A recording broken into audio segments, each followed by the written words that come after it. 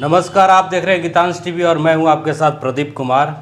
एक बार फिर से मैं मौजूद हूं आरबी क्योर में स्किन रोग specialist doctor ma'am are Ratnapriya जी के साथ। और आज का हमारा टॉपिक है हेयर फॉल होने के कारण। क्या कारण से हेयर फॉल यानी कि बालों का झड़ना होता है, इसके बारे में विशेष जानकारी प्राप्त करेंगे हम डॉक्टर आर रत्नप्रिया मैम से। तो बहुत बहुत स्वागत है मैम फिर से आपका गीतांश टीवी में। Thank you so much.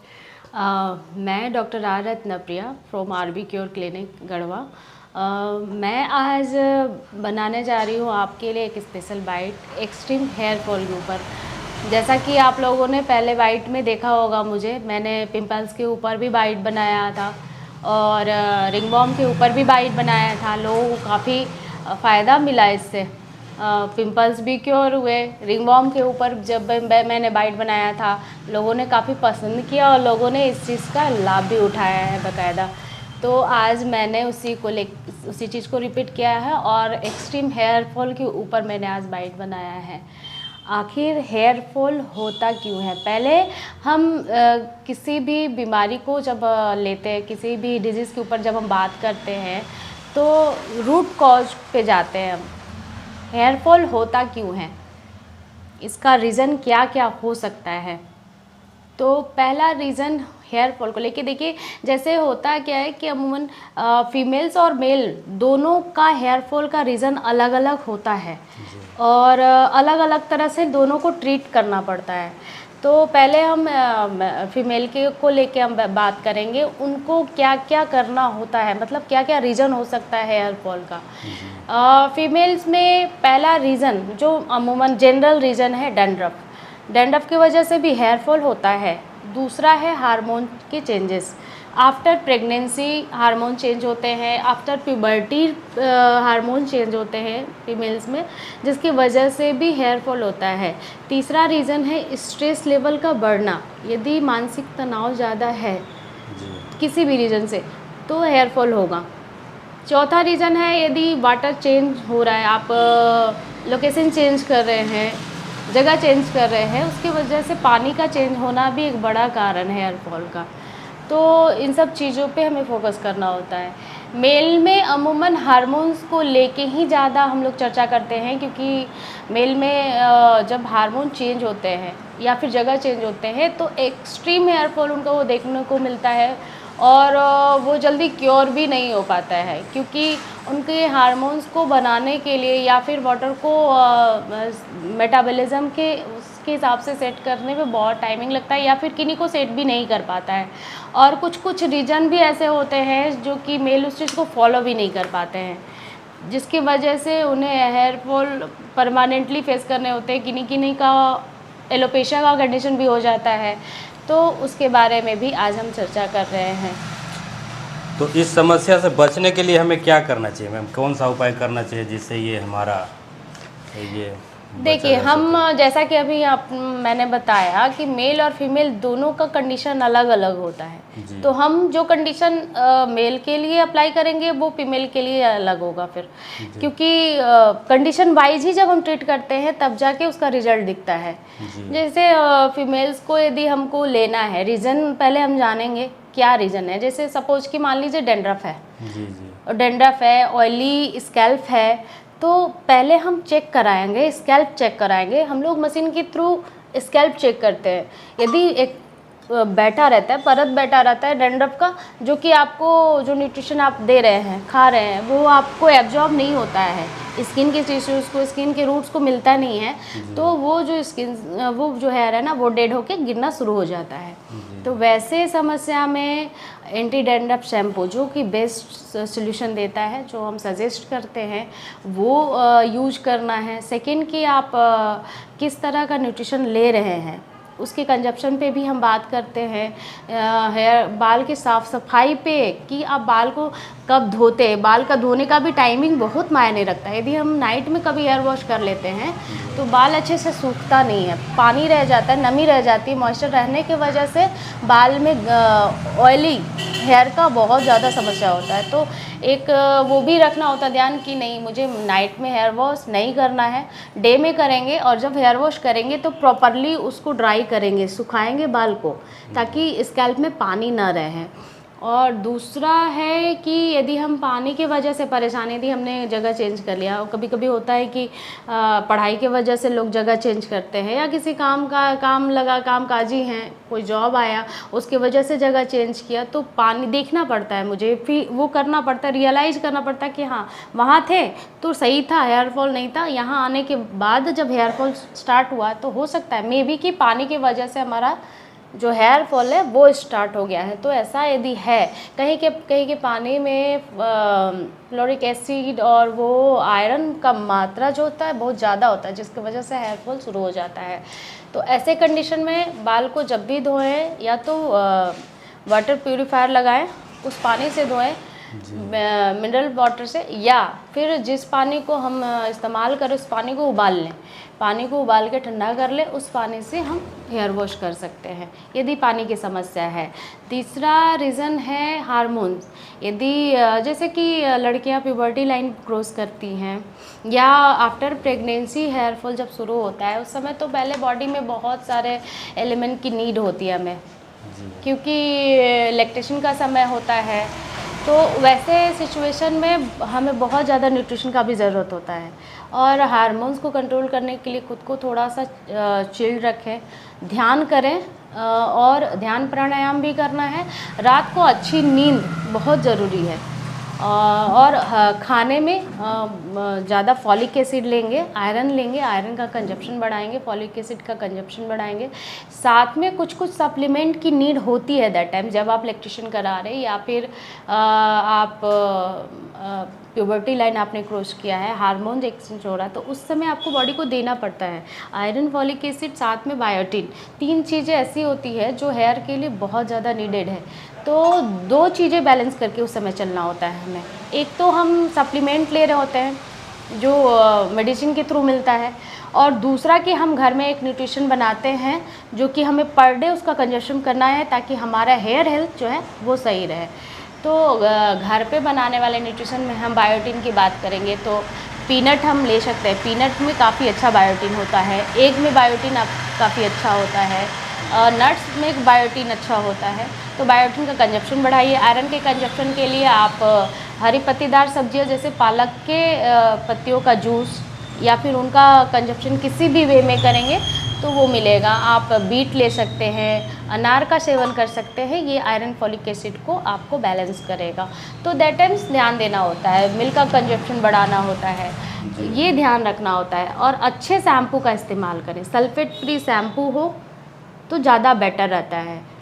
Sulphate free shampoo आपको स्कैल्प को ड्राई नहीं होने देता है, अंडर मॉइस्चर लॉक करके रखता है, और हेयर जो रहता है काफ़ी स्मूथ और अच्छा रहता है। तीसरा अब हम चलेंगे मेल्स के ऊपर। मेल कैसे हेयर को लॉस करते हैं अपना। मेल में हेयर लॉस का सबसे बड़ा रीज़न है हार्मोन। उनका जो मेल हार्मोन है, और एक है स्ट्रेस। 2 फैक्टर होते हैं जब किसी लेवल उसमें जाते हैं आप, एक जगह से दूसरे जगह आपने जगह को चेंज किया, दैट टाइम्स आपको एक तो दिमाग में होता है कि या तो पढ़ाई कर रहे होते हैं, या फिर आप किसी जॉब में हैं, उस चीज़ को लेके आप एक बैलेंस नहीं बना पाते हैं कि हमको कैसे अपने आप को रखना है ताकि सारे चीज़ एक एक चीज़ व्यवस्थित हो। आप जो मिला, जैसे कि जो पानी यूज कर रहे हैं उसी को कर रहे हैं, थोड़ा हेयर फॉल हो रहा है उसको अवॉइड कर दिया, तो ये जो थोड़ा हेयर फॉल है ना, बाद में चल के गंजापन दिखता है, वो पूरा एलोपेसी कंडीशन ला देता है। और वो जब स्टार्ट होगा और उस पर आप नहीं कर पाएंगे स्टार्टिंग से, यदि उसको ट्रीटमेंट नहीं दे पाएंगे, तो ये आपको परमानेंटली आपको फेस करना होगा एलोपेसिक कंडीशन। क्योंकि होता क्या है एक्चुअली कि जो मेल हार्मोन होता है, एंड्रोजन जो हार्मोन होता है, वो एक्सट्रीम लेवल पे बनने के कारण कोलेजन को जाके वो जड़ में ब्लॉक करा देता है, और स्कैल्प पूरा चिकना हो जाता है। रूट जो होता है पूरा जाम होता है, जिससे न्यूट्रिशन पास नहीं होता है और जो हमारा हेयर रूट्स है वो डेड होके गिरने लगते हैं और उसकी जगह नया बाल नहीं आ पाता है।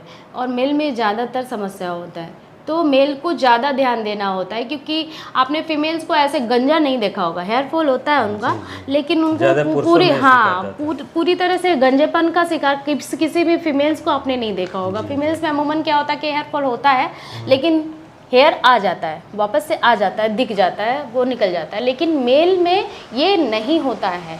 मेल को बहुत ज़्यादा सतर्क होना चाहिए। दैट टाइम्स जब आपका थोड़ा सा भी लगे कि मुझे हेयर फॉल हो रहा है, तुरंत से कंसल्ट करें डर्मेटोलॉजी में और आप ट्रीटमेंट लें, बेहतर ट्रीटमेंट लें, ताकि आपको उस तरह का प्रॉब्लम फेस ना करना पड़े। क्योंकि ये जब प्रॉब्लम होता है इसकी वजह से भी काफ़ी लोग स्ट्रेट आउट हो जाते हैं कि अब क्या करना चाहिए, मतलब उसके बाद ट्रीटमेंट कराने के बाद भी उसका कोई बेसिक रिजल्ट नहीं मिलता है। तो वैसे टाइम में जब आपका स्टार्टिंग वाला फेज़ होता है कि हाँ मैं पहले अच्छा था, अच्छा हेयर था, अब जाके स्टार्ट हुआ है, तो स्टार्टिंग फेज़ में ही आप जब ट्रीटमेंट लेते हैं तो काफ़ी बेस्ट रिजल्ट रहता है। अच्छा, हेल्दी हेयर पाने के लिए क्या करना चाहिए मैम, इसका क्या उपाय है? मतलब नेचुरली देखिए, मैं पर डे के रूटीन को सेट करना चाहती हूँ उसके लिए। यदि आप हेल्दी हेयर मेल भी और फीमेल भी, यदि दोनों अपना हेयर को लेके यदि थोड़ा सा भी है सीरियस है, तो पर डे के रूटीन को आप चेंज कर लीजिए। नाइट में कभी भी पढ़ाई करने वाला रूटीन ना बनाएं। पढ़ाई करना है, स्टडी करना है आपको, तो स्टडी रूटीन आप दिन में ही बनाएं। अर्ली मॉर्निंग उठें वो ठीक है, लेकिन नाइट को जगना सही नहीं है किसी भी तरह से, क्योंकि इस समय जब यदि कार्टिसोल बढ़ा हुआ है, किसी तरह का दिमाग में टेंशन है, वो आपको ज़्यादा परेशान करता है। नींद खराब होना सबसे बड़ा समस्या है हेयर फॉल का। तो आपको यदि हेल्दी हेयर रखना है तो रात का नींद अच्छे से कंप्लीट कीजिए, पानी का कंजप्शन अच्छा रखिए, और खाने में हरा साग सब्जी तो आपको पर डे आपको अपने रूटीन में शामिल करना है। सुबह में चना का सेवन, जिसमें आयरन बहुत ज़्यादा होता है, यदि आप स्प्राउट चना पर डे लेते हैं तो आप देखेंगे कि हेयर फॉल आपका धीरे धीरे काफ़ी कम होता है। स्प्राउट चना है, मूंग है, उसके साथ यदि ग्रीन लीफी वेजिटेबल्स लाइक वो कोरिएंडर लीफ, जो धनिया पत्ता आता है, अनियन है, टमाटोज़ वगैरह है, उसको यदि मिक्सअप करके खाते हैं तो काफ़ी अच्छा रिजल्ट देता है। मैंने उस चीज़ को कराया है। और उसके साथ आप बायोटिन का यदि कंजप्शन सुबह में करेंगे ना, थोड़ा सा भी, यदि आप उसका खुद से बना के घर पे बायोटिन का पाउडर बना के, या फिर कोई बायोटिन सप्लीमेंट ले रहे हैं, तो सुबह के टाइम में यदि आप लेते हैं ना, तो आपका परमानेंटली, मैं तो बोलूँगी कि परमानेंटली हेयर फॉल से आपको रिलीफ मिल जाएगा। साथ में जो आपका बाल है, बालों का टेक्सचर अच्छा हो जाता है, शाइनिंग हो जाता है, स्मूथ बाल हो जाता है। आप देखेंगे कि अब ऊपर से बोलता है नहीं ये शैम्पू लगा लो, वो लगा लो, वो कंडीशनर अप्लाई करो, कुछ नहीं, मायने रखता है कि आपका इनर हेल्थ कैसा है। आपका इनर हेल्थ यदि अच्छा है तो आपका स्किन भी अच्छा रहता है, हेयर भी अच्छा रहता है। तो मोस्ट ऑफ हमें जो केयर करना होता है, हमको अपने इनर हेल्थ पे ही फोकस करके आगे काम करना चाहिए। ऊपर का जो भी है, मैंने अभी बताया है कि बाल पे हमेशा सल्फेट फ्री शैम्पू इस्तेमाल करना चाहिए। जब भी आप कभी शैम्पू लें तो यदि नेचुरल बेस्ड शैम्पू मिल जाए, जिसमें हिना हो, आंवला हो,